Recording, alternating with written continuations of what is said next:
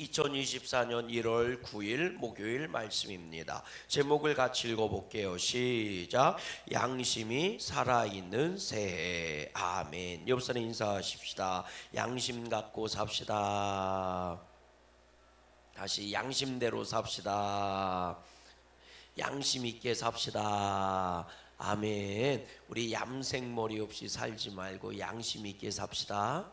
아멘. 자, 양심의 소리. 화창한 봄날 오후 따스한 햇빛을 받으며 들판에서 뛰어놀던 아이들이 하나둘씩 집으로 돌아가고 있었습니다. 그중 한 꼬마가 연못을 지나고 있었는데 조그마한 아기 거북 하나가 볕을 쬐려고 빠끔히 머리를 내민 모습을 보았습니다. 순간적으로 꼬마는 자기가 들고 있는 긴 막대기로 거북을 찔러보고 싶은 충동을 느꼈습니다. 그날 다른 친구들은 새나 다람쥐를 막대기로 찌르고 나던 모습대로 거북이를 찌르려 한 것입니다. 그런데 그 순간 어디에선가 안 돼! 라는 외침의 소리가 크게 들렸습니다. 깜짝 놀란 꼬마는 막대기를 집어던진 채 단숨에 집으로 달려갔습니다. 그리고 마침 집에 계신 어머니에게 조금 전에 있었던 모든 일을 자세하게 이야기를 했습니다. 모두 듣고 난 어머니는 대견한 듯 꼬마를 부둥켜 안고 이렇게 속삭였습니다. 사람들은 그 소리를 양심의 소리라고 한단다. 앞으로 계속해서 그런 소리가 들려와 너를 바른 길로 인도해 줄 거야. 하지만 만일 네가 귀를 막고 그 소리를 들으려 하지 않는다면 그 소리는 점점 희미해져서 나중에는 전혀 들리지 않을 것이야. 부디 세상을 사는 동안 그 음성을 듣고자 했으며 그 음성에 순종하기를 바란다. 어린 꼬마의 나쁜 행동을 막았던 것은 착한 양심의 소리였습니다. 이처럼 하나님은 이 착한 양심을 통해 매 순간 우리의 잘잘못을 깨우치게 하시고 어떻게 사는 것이 옳은지 가르쳐 주십니다. 아멘. 옆사람 인사하십시다. 양심적인 믿음 생활합시다. 여러분, 오늘 우리는 그리스도인의 양심을 가지고 있을까 하는 생각을 해봐요. 그리스도인의 양심이라고 얘기하는 것은 하나님의 말씀에 비추어서 내가 부끄럽지 않은가, 혹은 내가 부끄럽게 살지 않으려고 애를 쓰고 있는가 하는 질문입니다. 양심이란 말은요, 헬라어로 수네이데시스라고 하는 말이에요. 수네이데시스, 이게 양심이란 말인데 무슨 뜻이냐? 서로를 잘 아는 것, 이런 뜻입니다. 서로를 잘 아는 것. 그러니까 양심이라는 게 내 안에만 있는 줄 아는데 그게 아니라는 거예요. 양심이라고 하는 건 상대방과 나하고의 관계 속에서 서로에 대해서 부끄럽지 않은 것, 이걸 양심이라고 얘기해요. 이 말 자체가 무엇을 판단하는 근거가 되는 거지요. 그래서 우리가 사람과 사람과의 관계를 할 때 양심적으로 생각해봐, 이런 말하는 거예요. 양심적으로 네가 그러면 안 되지, 이렇게 얘기하거든요. 이게 관계 속에서 주어지는 서로에 대한 부끄럽지 않은 마음입니다. 이게 양심이거든요. 그래서 양심이 살아있다는 것은 부끄럽지 않은 관계를 가지고 있다, 이런 뜻이에요. 우리가 성경에 보면요, 하나님께서 아담과 하와를 창조하셨는데 이 하와를 아담에게 데리고 왔을 때에 그들이 아담이 뭐라고, 내 뼈 중에 뼈요 살 중에 살이로다, 이렇게 얘기하고 남자에게서 나왔으니 여자라고 할 것이다, 이렇게 얘기한 장면이 나오잖아요. 근데 그 뒤에 나오는 얘기가 있어요. 그들이 서로 뭐예요? 벌거벗고 살았다는 거죠. 벗은 몸으로 살았지만 부끄럽지 아니했다. 이게 양심이 살아 있었다는 거예요. 네, 양심이 서로에 대해서 부끄럽지 않은 관계가 되어 있었다는 거죠. 근데 그 안에 뭐가 들어와요? 죄가 들어오니까 그들이 제일 먼저 나오는 증상이 뭐예요? 두려움과 부끄러움이었죠. 그래서 옷을 해 입는 거예요. 무화과 나뭇잎을 엮어서 옷을 해 입는 거예요. 그때 주님께서 말씀하시잖아요. 너희들 그 벗은 걸 누가 가르쳐 줬느냐는 거죠. 그 부끄러운 거 어떻게 생겼느냐는 거예요. 아멘이십니까? 여러분, 양심의 꺼리낌인 거예요. 그러니까 죄가 들어오니까 양심이 뭐가 돼요? 무너지는 거죠. 그래서 오늘날 사람들이요, 화인 맞은 양심이다, 무너진 양심이다. 왜 이런 말을 쓰느냐? 양심이 일그러진 거예요. 양심이 깨진 겁니다. 그래서 죄를 짓고도 부끄러운 줄 모르는 거예요. 그 얘기는 관계가 깨져나갔다는 겁니다. 그러다 보니 부끄럽지 않은 사람이 돼버리는 거예요. 여러분, 양심이 살아있는 사람은요, 부끄러움이 뭔지를 알아요. 옆 사람 인사하십시다. 양심이 살아있으면 부끄러움이 뭔 줄 안다. 부끄러움이 뭔 줄 알아요. 그래서 부끄러운 짓을 안 하려고 하는 거죠. 여러분, 올 새해에는요, 우리 양구감리교회 성도들이 부끄러움을 알 수 있는 양심이 살아있는 성도들이 될 수 있기를 간절히 소망합니다. 이 양심이 살아있는 사람은 그래서 겸손할 수가 교만해질 수가 없는 거예요. 자, 오늘 말씀입니다. 요절 말씀 같이 읽어볼래요? 사도행전 24장 16절 말씀입니다. 같이 시작. 이것으로 말미암아 나도 하나님과 사람에 대하여 항상 어디에 양심의 거리낌이 없기를 힘쓰나이다. 이 바울이 한 말입니다. 바울이요, 벨릭스 총독 앞에서 한 말이거든요. 본문 나눔입니다. 말씀은 무엇이라고요? 생명입니다. 말씀 속에서 무슨 열쇠를 찾아야 돼요? 축복의 열쇠를 찾아야 합니다. 1번, 벨릭스 총독을 향해 바울은 자신이 무엇을 가지고 있다고 말했습니까? 우리 한번 읽어볼래요? 우리 14절 말씀부터 읽어볼게요. 시작.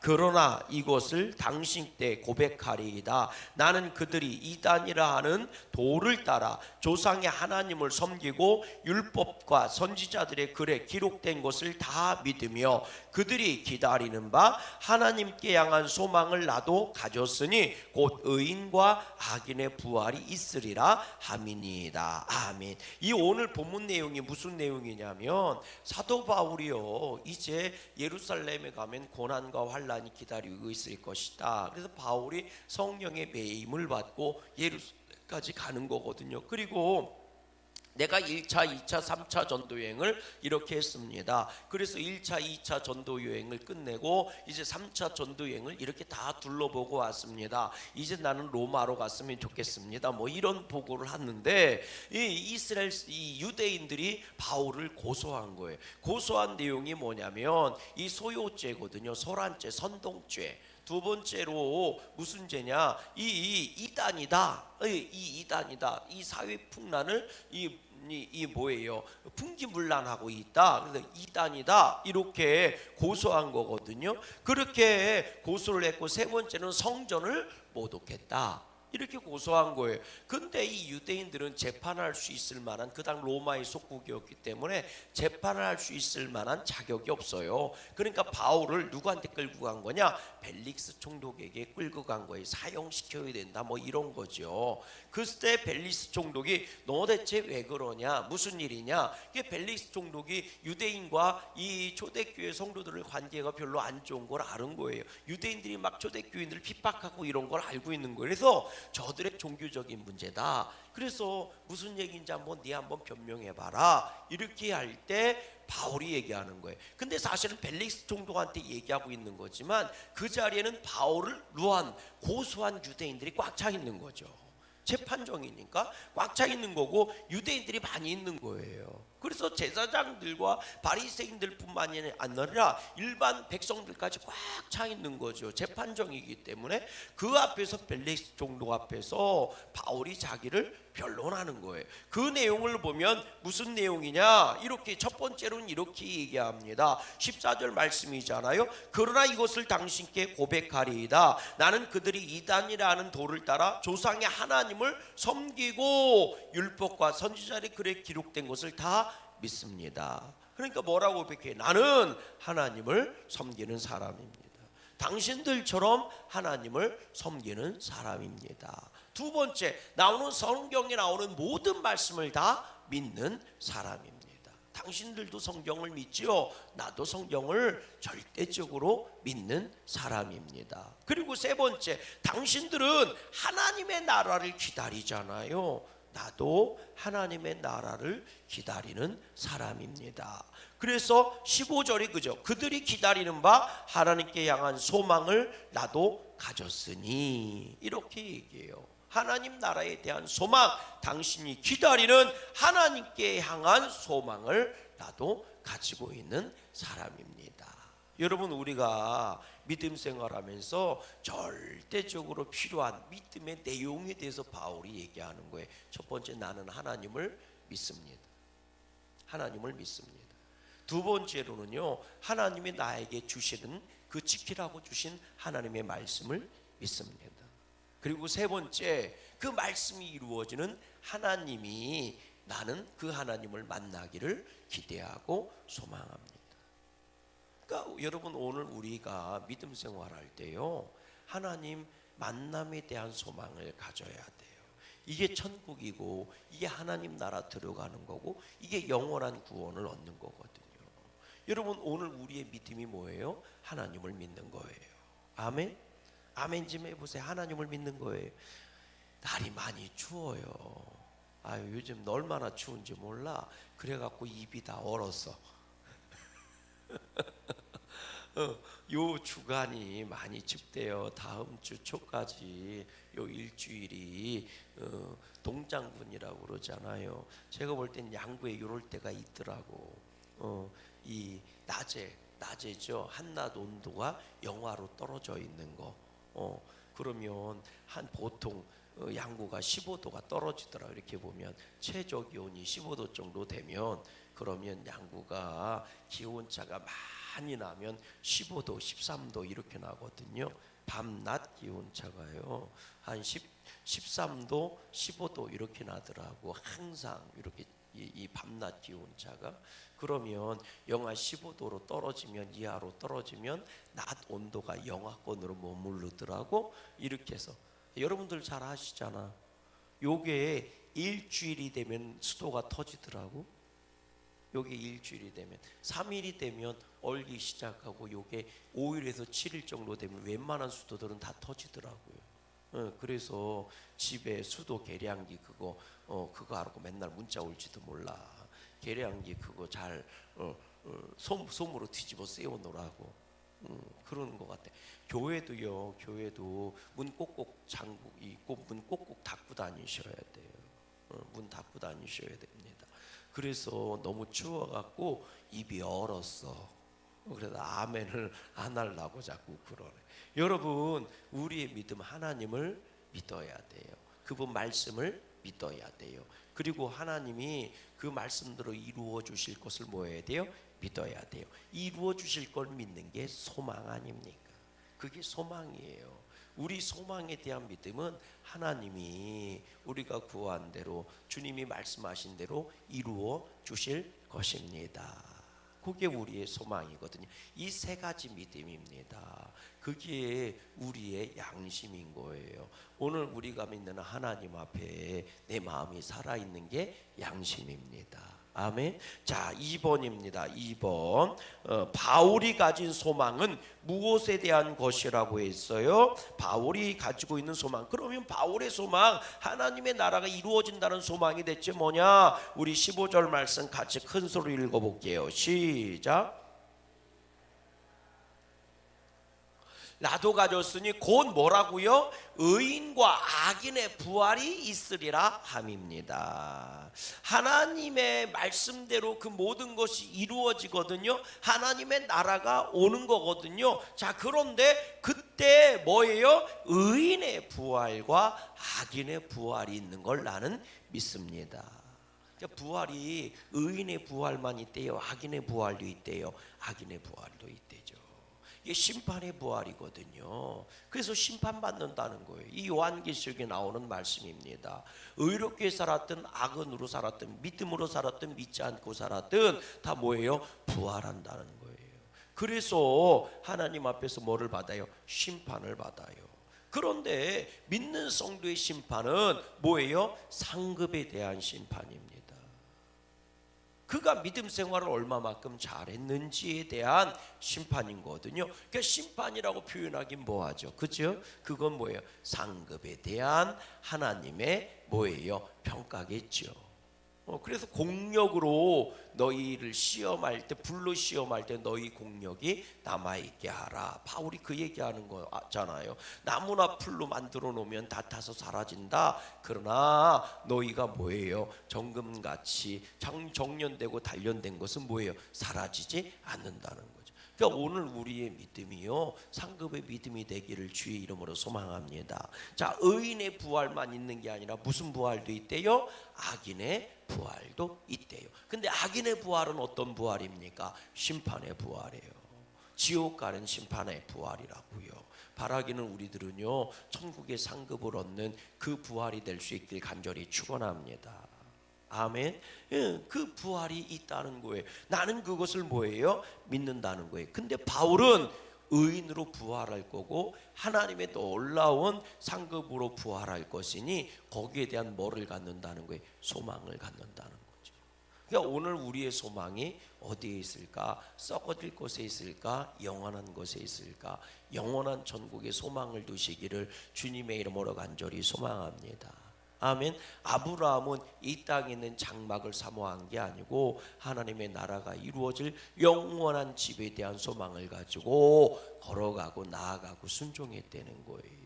오늘 우리에게 그런 복이 있기를 주의 이름으로 소망합니다. 자, 3번입니다. 3번 같이 읽어봐요. 시작. 바울은 누구 앞에서 무엇이 꺼림이 없는 믿음이기를 힘쓴다고 말했습니까? 우리 3번 우리 16절 말씀 읽어보세요. 16절 시작. 이것으로 말미암아 나도 하나님과 사람에 대하여 항상 양심의 거리낌이 없기를 힘쓰나이다. 그러니까 바울이 뭐라고 해요? 난 하나님을 믿습니다. 하나님이 주시는 말씀을 믿습니다. 그리고 주님의 그 말씀대로 이루어질 곳에 대한 뭐예요? 그 모든 것을 믿습니다. 이게 내 소망입니다. 그런데 하나님의 나라, 하나님의 뜻이 이루어질 때 의인과 악인의 부활이 있습니다. 그래서 나는 뭐라고 얘기해요? 사람들과 하나님 앞에서 선한 양심을 가지려고, 양심을 지키려고 애씁니다. 이렇게 얘기하는 거예요. 그러니까 바울의 양심은 뭐예요? 부활에 대한 마음이에요. 하나님에 대한 마음이에요. 아멘. 하나님 앞에 부끄럽지 않게 살려고 하는 마음이고, 말씀에 비추어 무너지지 않게 살려고 하는 마음이고, 그리고 하나님의 나라, 하나님의 뜻이 이루어질 때 선한 자로 의인으로 부활하기를 원하는 마음이라고요. 그러니까 바울이 그 열심을, 지금 이게 환란이 시작된 거거든요. 그럼에도 불구하고 이 길을 걸어갈 수 있었던 이유는 그는 그런 믿음의 양심이 살아 있었다는 겁니다. 그러니까 여러분, 한번 옆 사람한테 이렇게 한번 얘기해 볼래요? 열심히 기도하십시다. 그런데 하나님이 나한테 묻는 거예요. 내가 왜 네 기도를 들어줘야 되냐? 라고 물을 때 우리는 두 가지를 대답할 수 있어야 돼요. 구하는 자에겐 주신다고 했잖아요.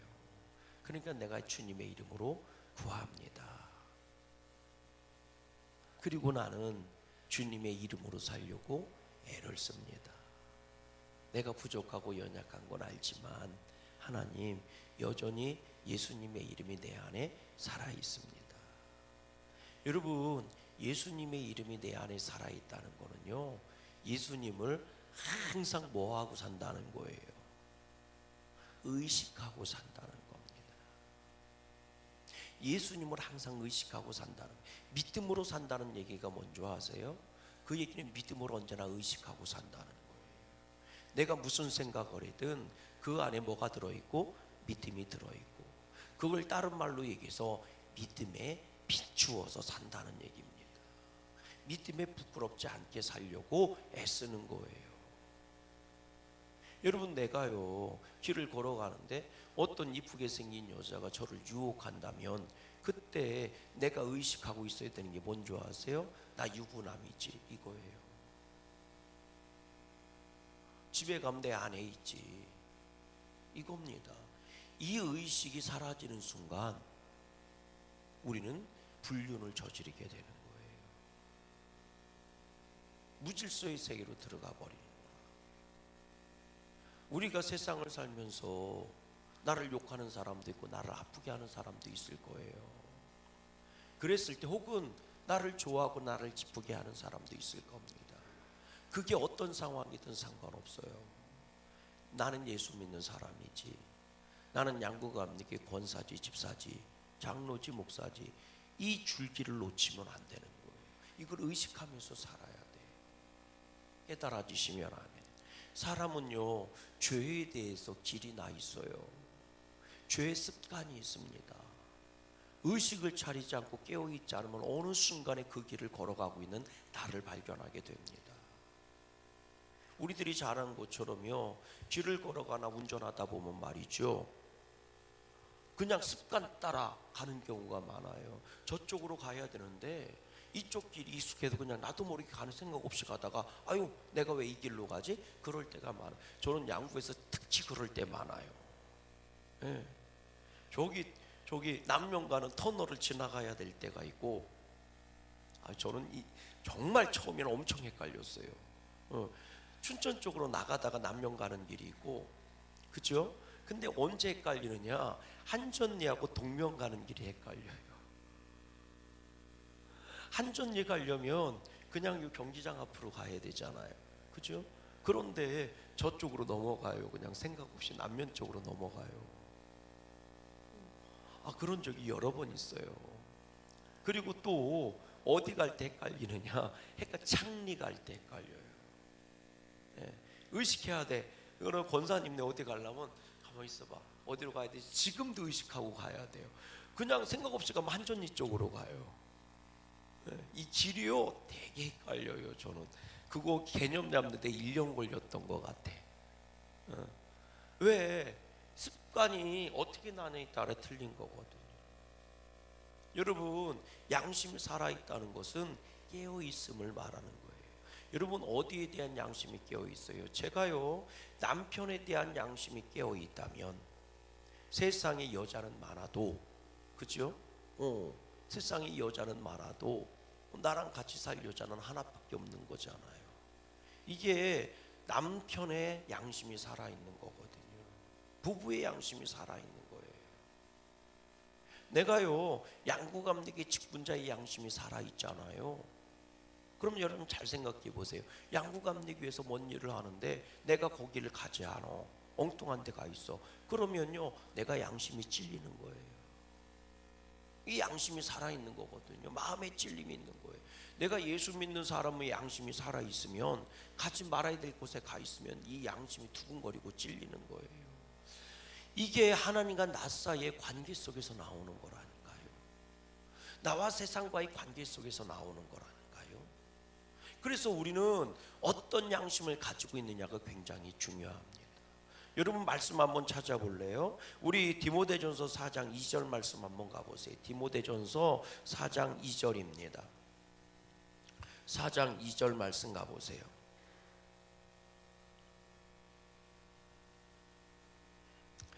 디모데전서 4장 2절 말씀 가보세요. 뭐라고 되어 있나? 신약성경 339쪽입니다. 같이 한번 읽어볼게요. 4장 2절 시작.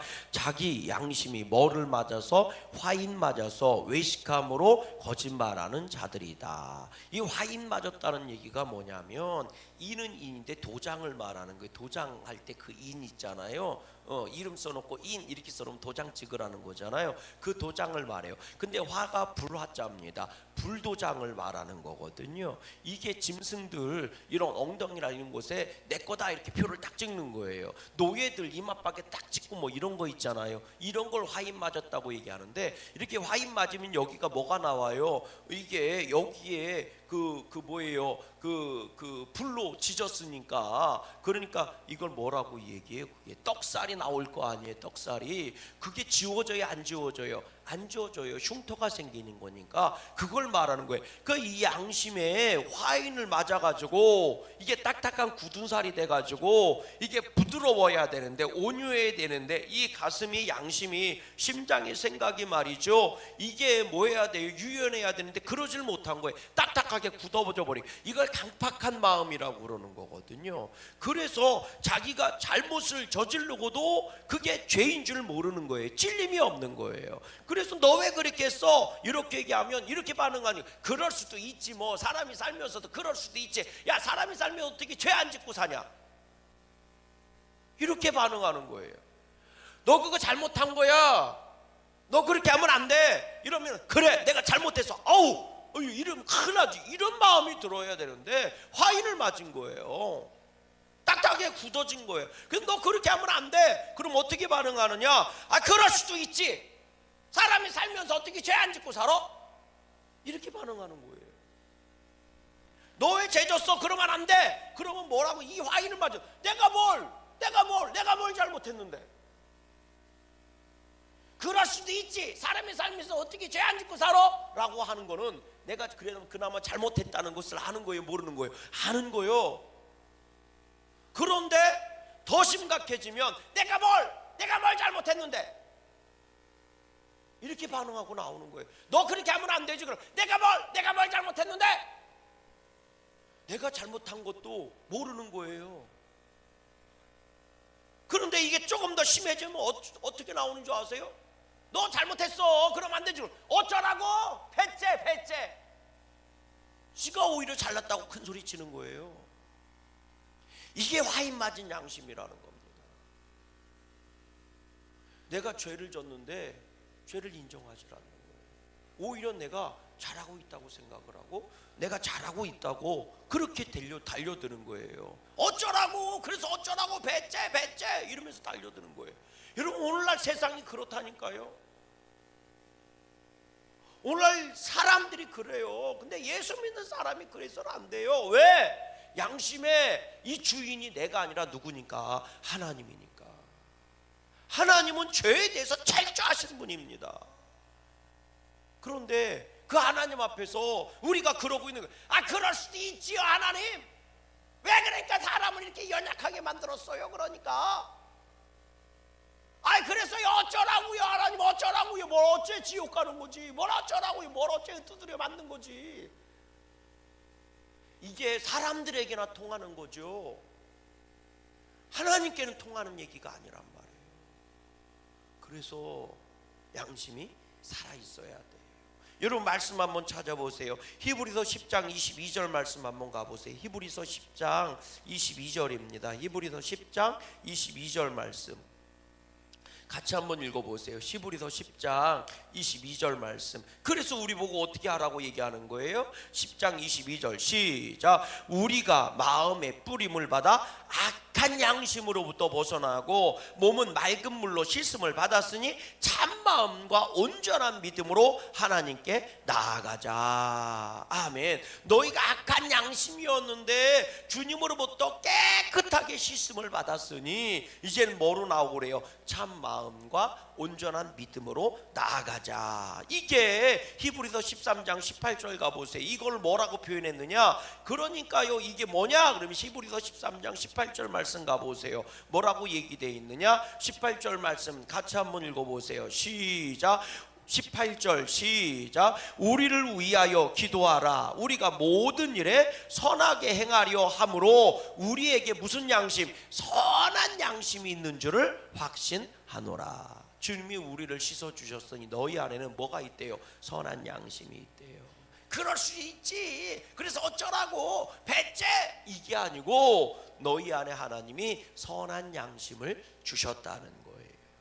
그러니까 너희는 이 세대를 본받지 말라는 거예요. 아멘이십니까? 따라하시오. 세상 사람들이 다 그래도 예수 믿는 사람은 그러지 말아야 돼요. 세상 사람들이 다 아니라고 얘기해도 예수님 믿는 사람들은 그게 맞습니다 라고 얘기할 줄 알아야 되고, 세상 사람들이 다 맞다고 얘기해도 예수 믿는 사람은 그것은 틀립니다 라고 얘기할 수 있어야 됩니다. 세상 사람들이 다 그렇게 살아도 예수 믿는 사람들은 그렇게 살아서는 안 되는 겁니다. 왜? 내 양심이 괴롭잖아요. 여러분, 주일날 예배 드리지도 않고도 마음에 아무런 찔림이 없어요?